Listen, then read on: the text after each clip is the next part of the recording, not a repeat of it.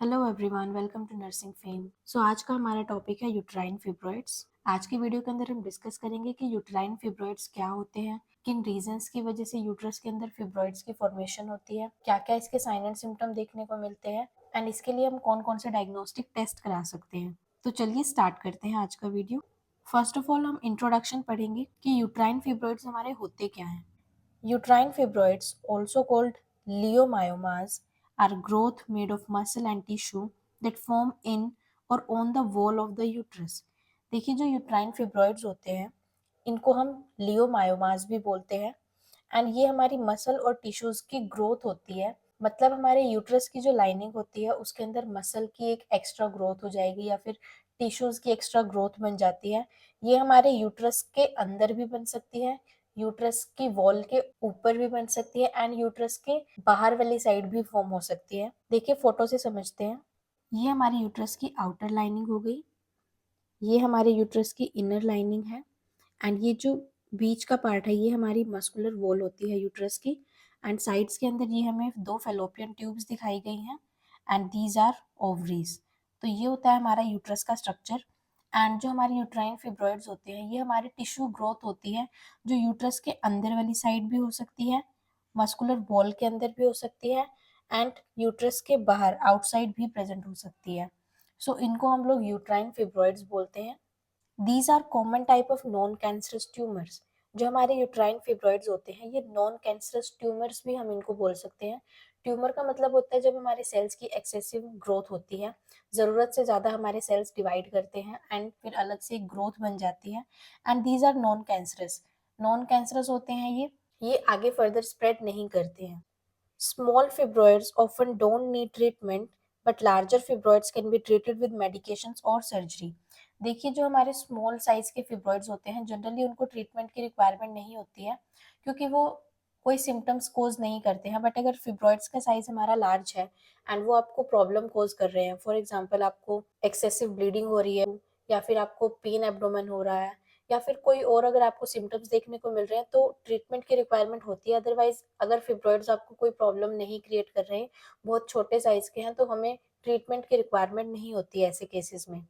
And जो हमारे large फिब्रॉइड्स होते हैं उनको हम मेडिसिन से भी ट्रीट कर सकते हैं एंड उसके लिए हम सर्जरी भी परफॉर्म करा सकते हैं। नेक्स्ट देखिए, they occur most often in people between 30 and 50 years old. People who haven't had their first period yet typically don't have fibroids. देखिए, जो फिब्रॉइड्स होने के चांसेस होते हैं वो 30 से 50 साल की उम्र के बीच में होते हैं। इट मींस वुमेन्स के अंदर यूट्राइन फिब्रॉइड्स होने के जो चांसेस है वो 30 टू 50 ईयर्स के बीच में रहेंगे, जिस टाइम उनका फर्टाइल ईयर भी होता है। एंड ये जिन फीमेल्स को अब तक उनके फर्स्ट पीरियड नहीं हुए हैं, इट मीन्स जिन फीमेल्स के अंदर अब तक मेनार्क नहीं हुआ है, उनके पीरियड्स नहीं स्टार्ट हुए, तो उन फीमेल्स के अंदर यूट्राइन फिब्रॉइड्स होने के चांसेस बहुत कम होते हैं या फिर ना के बराबर होते हैं। मतलब जिनको अब तक मेंस्ट्रुएशन स्टार्ट नहीं हुआ है उनके अंदर फिब्रॉइड्स नहीं होते। ये जनरली उन्हीं फीमेल्स के अंदर होते हैं जिनके मेंस्ट्रुअल साइकिल स्टार्ट हो चुकी है एंड जिनकी एज 30 टू 50 ईयर्स के बीच में है। They are also less common in people who have entered menopause. देखिए, एक तो मेंस्ट्रुअल साइकिल स्टार्ट होने से पहले फिब्रॉइड्स होने के चांसेस नहीं होते एंड मेनोपॉज होने के बाद भी इसके चांसेस खत्म हो जाते हैं। जब फीमेल की जो मेंस्ट्रुअल साइकिल है वो परमानेंटली स्टॉप हो जाती है उसके बाद भी उनको फिब्रॉइड होने के चांसेस नहीं होते, क्योंकि फिब्रॉइड्स जो होते हैं हमारे ये जनरली तभी बनते हैं जब फीमेल जो है अपने फर्टाइल ईयर्स के अंदर होती है एंड जब उसका मेंस्ट्रुअल साइकिल रेगुलर होता है।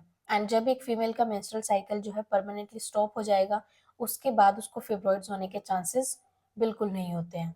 नेक्स्ट देखिए, वेयर फिब्रॉइड्स ग्रो। फिब्रॉइड्स की ग्रोथ हमारी कहाँ होती है? These growth can develop within the wall of your uterus, inside the main cavity of your uterus or on the outer surface of your uterus. हमने पिछली स्लाइड के अंदर देखा था कि यूट्रस की हमारी दो लाइनिंग होती है, इनर लाइनिंग होती है, आउटर लाइनिंग होती है एंड बीच में हमारी मस्कुलर वॉल होती है। जो हमारे फिब्रॉइड्स होते हैं वो हमारे इंटरनली भी प्रेजेंट हो सकते हैं, आउटसाइड भी प्रेजेंट हो सकते हैं and on the muscular wall पे भी हमारे फिब्रॉइड्स ग्रो कर सकते हैं। नेक्स्ट देखिए, fibroids can grow as a single nodule, one growth or in a cluster. फिब्रॉइड्स जो होते हैं हमारे वो एक सिंगल ग्रोथ की फॉर्म में भी प्रेजेंट हो सकते हैं एंड क्लस्टर का मतलब होता है बहुत सारे छोटे छोटे एक साथ प्रेजेंट होंगे, जिस तरह से ग्रेप्स का स्ट्रक्चर होता है, इस तरह से भी हमारे फिब्रॉइड्स प्रेजेंट हो सकते हैं क्लस्टर की फॉर्म में, या फिर हमारी सिंगल ग्रोथ भी फिब्रॉइड की हो सकती है। Fibroids can be as small as seed or get as large as a watermelon. Fibroids का जो हमारे साइज है वो एक सीड जितना छोटा हो सकता है एंड अबाउट एक वाटरमेलन जितना बड़ा भी हो सकता है।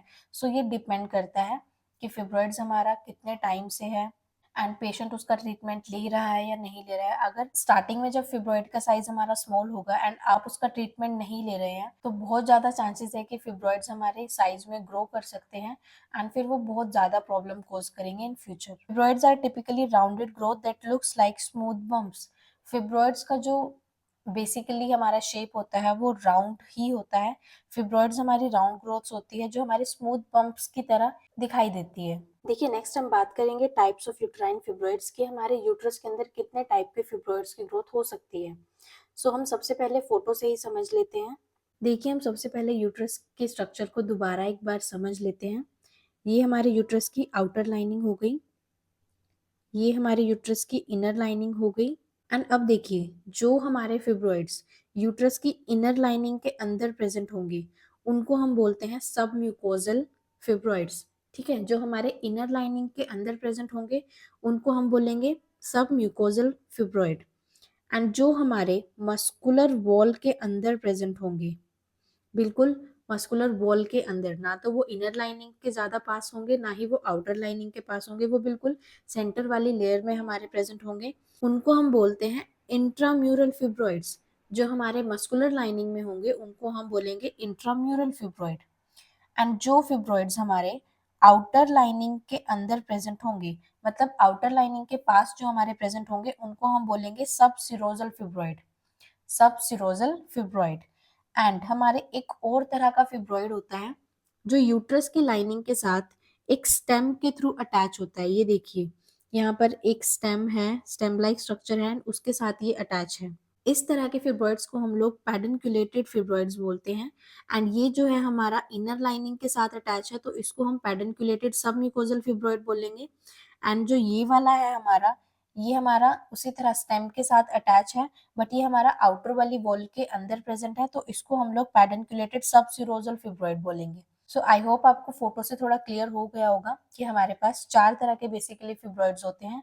फर्स्ट वन जो हमारे इनर लाइनिंग के पास प्रेजेंट होंगे उनको हम सब म्यूकोजल बोलेंगे, जो हमारे आउटर लाइनिंग के पास प्रेजेंट होंगे उनको हम सब सिरोजल बोलेंगे, जो हमारे मस्कुलर लेयर के अंदर प्रेजेंट होंगे उनको हम इंट्राम्यूरल फिब्रॉइड्स बोलेंगे एंड जो हमारे स्टेम लाइक स्ट्रक्चर के साथ यूट्रस के साथ अटैच होंगे एंड इनको हम लोग मशरूम लाइक फिब्रॉइड्स भी बोलते हैं क्योंकि ये एक थिन स्टेम लाइक स्ट्रक्चर के साथ यूट्रस के साथ अटैच होते हैं तो इनको हम लोग पेडनक्यूलेटेड फिब्रॉइड्स बोलेंगे। एंड अगर ये हमारे इनर लाइनिंग के अंदर से अटैच है तो इसको हम पेडनक्यूलेटेड सब म्यूकोजल बोलेंगे and if they are attached to outer lining with a stem, then we will call them pedunculated subserosal fibroid. There are different types of uterine fibroid depending on where they are located and how they are attached. तो हमारे पास कई तरह के फिब्रॉइड्स होते हैं, इनकी classification इस चीज पर डिपेंड करती है कि ये हमारे यूट्रस के अंदर कहाँ पर लोकेटेड है और किस तरह से यूट्रस के साथ अटैच है। Specific types of uterine fibroids include, तो हमारे पास कितने तरह के यूट्राइन फिब्रॉइड्स होते हैं। First one is intramural. Intramural, these fibroids are embedded into the muscular wall of the uterus. They are most common type.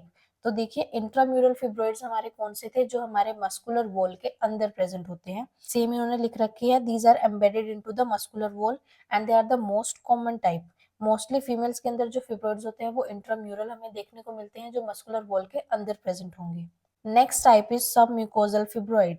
These fibroid grow under the inner lining of your uterus. Submucosal हमारे कौन से हैं, जो हमारे uterus की inner lining के अंदर present होंगे। They grow under the inner lining of your uterus. देखिए submucosal are which grow under the inner lining of your uterus and intramural are that grow within the muscular wall. Next देखिए हमारे पास next type है subserosal fibroid. These type of fibroid grows under the lining of the outer surface of your uterus. ये जो हमारे फिब्रॉइड्स है ये हमारे जो आउटर लाइनिंग है, जो हमारे यूट्रस का आउटर सरफेस है उसके अंदर ये ग्रो करते हैं लाइक दिस। ये हमारी आउटर लाइनिंग हो गई एंड ये उसके अंदर हमारे ग्रो कर रहे हैं। तो subserosal are the fibroids which grow under the lining of the outer surface of your uterus and they can become quite large and grow into your pelvis. इनका साइज जो है वो बहुत ज्यादा लार्ज भी हो सकता है कि ये आपके पूरे पेल्विस को कवर कर सकते हैं। नेक्स्ट टाइप है हमारे पास pedunculated fibroids. They are the least common type. These fibroid attach to your uterus with a stalk or stem. Pedunculated fibroids हमारे बहुत कम देखने को मिलते हैं। They are least common type and इनके अंदर ये खासियत होती है कि ये जो फिब्रॉइड्स होते हैं ये एक स्टॉक या फिर स्टेम की हेल्प से यूट्रस के साथ अटैच होते हैं। फोटो के अंदर देखते हैं, देखिए ये जो हमारा फिब्रॉइड है ये एक स्टॉक के साथ जो है अटैच है हमारे यूट्रस के साथ। एंड सेम ये जो हमारा आउटसाइड एक पेडुन्कुलेटेड फिब्रॉइड हमें नजर आ रहा है ये भी हमारा एक स्टॉक के साथ यूट्रस के साथ अटैच है। तो ये हो गया हमारे 4 टाइप के main fibroids. First one is intramural, second one is submucosal, third one is subserosal, and fourth one is pedunculated. They are often described as mushroom-like fibroid because they have a stalk and then a wider top. Pedunculated fibroids को हम लोग mushroom-like fibroid भी बोलते हैं क्योंकि इनका जो structure होता है वो मशरूम की तरह ही होता है। स्टॉक पतली सी होती है एंड उसके वाइडर टॉप होता है। नेक्स्ट हमारा टॉपिक है व्हाट कॉजेज यूट्राइन फिब्रॉइड्स, कि हमारे यूट्राइन फिब्रॉइड्स होने के क्या क्या कारण होते हैं, क्या क्या चीजें ऐसी हैं जो यूट्राइन फिब्रॉइड्स के होने के लिए रिस्पॉन्सिबल होती है। The exact cause is unknown. जो यूट्राइन फिब्रॉइड्स होने का एग्जैक्ट कॉज है वो अननोन है, उसका अभी तक पता नहीं लग पाया है। But health care provider believe the hormone estrogen and progesterone plays a major role in the uterine fibroid. But health care providers का ये मानना है कि जो फीमेल बॉडी के अंदर मेन 2 हार्मोन होते हैं एस्ट्रोजन एंड प्रोजेस्ट्रोन, उनका बहुत इंपॉर्टेंट रोल होता है यूट्राइन फिब्रॉइड्स की फॉर्मेशन के अंदर, क्योंकि most fibroids happen in people of reproductive age. Health care providers का मानना ऐसा इसलिए है तो हमारे फिब्रॉइड्स होते हैं ये सिर्फ रिप्रोडक्टिव एज के अंदर ही पेशेंट के अंदर अक्कर होते हैं। देखिए रिप्रोडक्टिव एज के अंदर ही हमारी बॉडी के अंदर एस्ट्रोजन एंड प्रोजेस्ट्रोन का लेवल जो है इंक्रीज होता है। जब तक फीमेल्स के अंदर मेंस्ट्रुअल साइकिल स्टार्ट नहीं होती तब तक उनकी बॉडी के अंदर इन हार्मोन्स का लेवल इतना ज्यादा नहीं होता है एंड उस एज के अंदर यूट्राइन फिब्रॉइड्स होने के चांसेस भी बिल्कुल ना के बराबर होते हैं। तो इसीलिए हेल्थ केयर प्रोवाइडर्स का ये मानना है कि रिप्रोडक्टिव एज के अंदर ही सिर्फ फीमेल को यूट्राइन फिब्रॉइड हो रहे हैं। रिप्रोडक्टिव एज के अंदर ही हमारे जो हार्मोन्स है एस्ट्रोजन एंड प्रोजेस्ट्रोन वो अपने पीक पे होते हैं। तो इसलिए इनके बीच में एक रिलेशन फॉर्म किया गया है कि ये जो हार्मोन्स है इनका एक इम्पोर्टेंट रोल होता है फिब्रॉइड्स के फॉर्मेशन के अंदर। Fibroids tend to grow when hormone levels are higher. Fibroids तभी ग्रो करते हैं जब फीमेल्स की बॉडी के अंदर इन हार्मोन्स का लेवल ज्यादा होता है। लाइक ड्यूरिंग प्रेगनेंसी, प्रेगनेंसी के टाइम इन हार्मोन्स का लेवल ज्यादा होता है एंड उसी टाइम सबसे ज्यादा चांस होते हैं यूट्राइन फिब्रॉइड होने की। And shrink when hormones level are low. And ये जो फिब्रॉइड्स होते हैं ये श्रिंक कर जाते हैं जब हार्मोन्स का लेवल बॉडी के अंदर कम होता है एंड जब इन हार्मोन्स का लेवल बॉडी के अंदर ज्यादा होता है तब ये ग्रो करते हैं। इसीलिए हेल्थ केयर प्रोवाइडर्स का ये मानना है कि ये जो दोनों हार्मोन्स होते हैं इनका बहुत इंपॉर्टेंट रोल होता है यूट्राइन फिब्रॉइड्स की ग्रोथ एंड इनके कॉज के अंदर। नेक्स्ट हम बात करते हैं रिस्क फैक्टर्स फॉर यूट्राइन फिब्रॉइड्स, कि कौन कौन से ऐसे रिस्क फैक्टर हैं जिनके प्रेजेंट होने की वजह से फीमेल्स के अंदर यूट्राइन फिब्रॉइड होने के चांसेस बढ़ जाते हैं। ऐसे कौन कौन से फैक्टर हैं जो यूट्राइन फिब्रॉइड्स के होने के चांसेस को बढ़ाते हैं। देखिए there are several risk factor that can play a role in your chances of developing fibroids. ऐसे बहुत सारे फैक्टर्स हैं जो आपके यूट्राइन फिब्रॉइड होने के चांसेस को इंक्रीज करते हैं। First one is obesity and a higher body mass index. Obesity का मतलब होता है जब एक पर्सन जो है वो बहुत ज्यादा ओवरवेट होता है। एक जो नॉर्मल हाइट के अकॉर्डिंग पेशेंट का वेट होना चाहिए जब उसका वेट उससे कई गुना ज्यादा होता है तो उस कंडीशन के अंदर हम पेशेंट को ओबीज बोलते हैं। बॉडी मास इंडेक्स जो हमारा होता है वो हमारी हाइट और वेट की हेल्प से मेजर किया जाता है एंड जो एक नॉर्मल पर्सन होता है उसका बीएमआई नॉर्मल आना चाहिए, बट जो पर्सन ओबीज होगा उसका बीएमआई नॉर्मल से बहुत ज्यादा आता है। तो जो भी पेशेंट हमारे ओबीज होते हैं उनके अंदर बहुत ज्यादा चांसेस रहते हैं यूट्राइन फिब्रॉइड्स होने के। सिंपली हम ये समझ सकते हैं कि जो हमारे ओवरवेट पेशेंट होते हैं उनके अंदर हमारे यूट्राइन फिब्रॉइड्स होने के चांसेस बहुत ज्यादा होते हैं। नेक्स्ट हमारा जो फैक्टर है वो है फैमिली हिस्ट्री ऑफ फिब्रॉइड्स। अगर किसी पर्सन की फैमिली के अंदर यूट्राइन फिब्रॉइड्स की हिस्ट्री है so there are more chances कि आपको भी इन फ्यूचर यूट्राइन फिब्रॉइड्स होंगे। तो ये जो है हमारा हेरिडिटरी फैक्टर है। अगर आपकी फैमिली के अंदर आपकी मदर को, आपके ग्रैंड मदर को, किसी को भी अगर यूट्राइन फिब्रॉइड्स की हिस्ट्री है तो बहुत चांसेस है कि आपको भी इन फ्यूचर ये हो सकता है। Next one is not having children. जिन फीमेल्स की रिप्रोडक्टिव एज है but still they don't have childrens, अब तक उन्होंने कंसीव नहीं किया है, एक भी बेबी उनको नहीं है, तो उन फीमेल्स के अंदर बहुत ज्यादा चांसेस होते हैं यूट्राइन फिब्रॉइड्स होने के।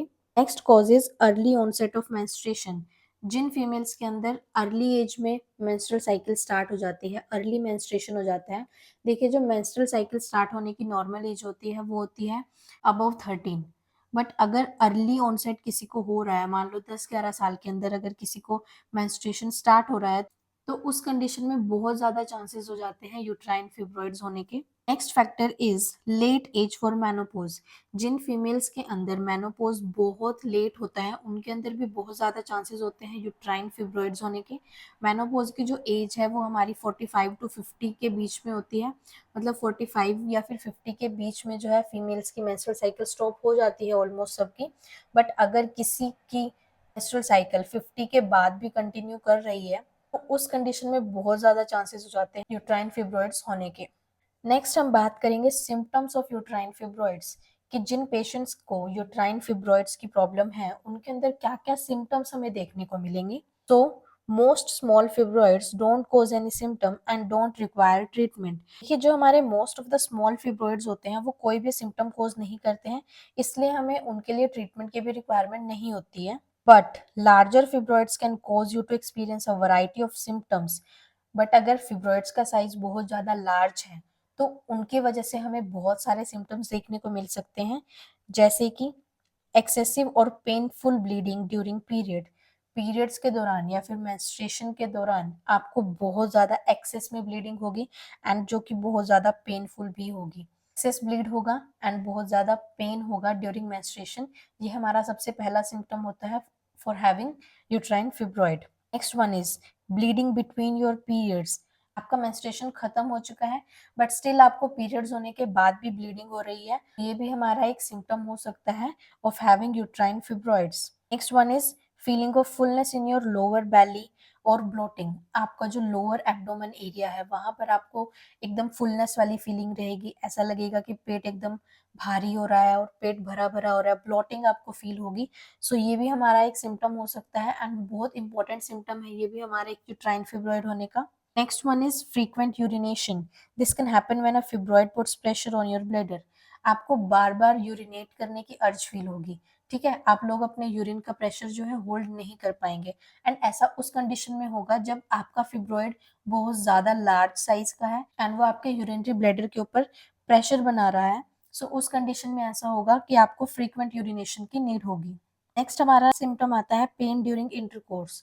जब भी फीमेल्स जो है फिजिकल रिलेशनशिप फॉर्म करेगी विद देयर पार्टनर्स तो उनको बहुत ज्यादा पेन फील होगा if they are having uterine fibroids. Next one is low back ache. Uterine fibroids के अंदर फीमेल्स को बहुत ज्यादा लोअर बैक एरिया के अंदर पेन फील हो सकता है। कॉन्स्टिपेशन और feeling pressure on your rectum. Constipation भी रह सकता है पेशेंट को, अगर उनको यूट्राइन फिब्रॉइड है तो उनको अपने रेक्टम एरिया के ऊपर हमेशा प्रेशर फील होगा जैसे कि उनको ब्लैडर के ऊपर अपना फील होगा। Next symptom is long term और क्रॉनिक वेजाइनल डिस्चार्ज। पेशेंट को जो है बहुत ज़्यादा वेजाइनल डिस्चार्ज रहेगा, नॉर्मल से बहुत ज़्यादा, एंड वो जो होगा बहुत क्रॉनिक होगा, इट मीन्स बहुत लंबे समय से जो है वेजाइनल डिस्चार्ज पेशेंट को रहेगा। इसके अलावा inability to pee or completely empty your bladder. जिन पेशेंट्स को यूट्राइन फिब्रॉइड होगा वो कम्प्लीटली जो है अपने ब्लैडर को खाली नहीं कर पाएंगे, उनको बार बार रुक रुक के थोड़ा थोड़ा यूरिन जाना पड़ेगा, कंप्लीटली वो अपने ब्लैडर को एम्प्टी नहीं कर पाएंगे and they are unable to pee completely.